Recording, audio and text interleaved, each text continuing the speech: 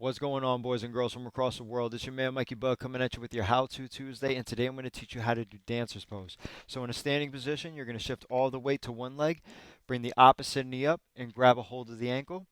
Once you're here, you're going to pull the heel behind you, and then transition from the outside to the inside. So that way we get a nice little pec and shoulder stretch here.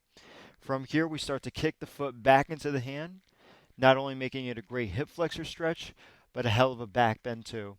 And you can go up as high as possible. Just make sure you're not opening up that hip too much. This is a hip opener, but we just don't want to be opening out to the side because that could be pretty dangerous for our knee. Now, a couple of points of reference here is that if you've ever seen people just grab a hold and pull it up, awesome, that's cool, kudos to them. But if you ever notice yourself doing it and there's a cramp coming along, the reason that is because the hamstrings are two joint muscle. They're basically connected to the hip joint and to the knee joint.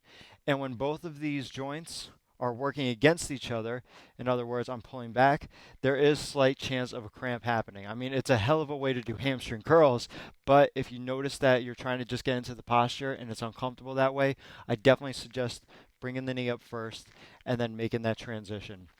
Now, you may have seen some of the most flexible yogis where they're holding their toe over there. Actually, I'm going to use a strap here where they're able to get a hold of their foot and they're bringing both hands over. And that's fantastic. But if you're struggling like I am, what I would suggest doing is getting a strap.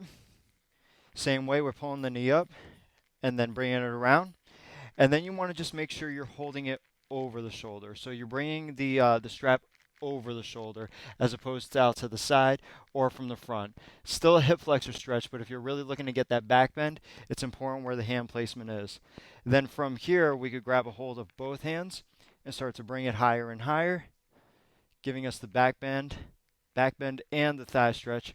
But again, if you're not as flexible to do that, please use a strap so that you can. Friends, if you found this video helpful, give it a like, a comment, or share it with someone you love. I'll see you next Tuesday for the next how-to. Peace.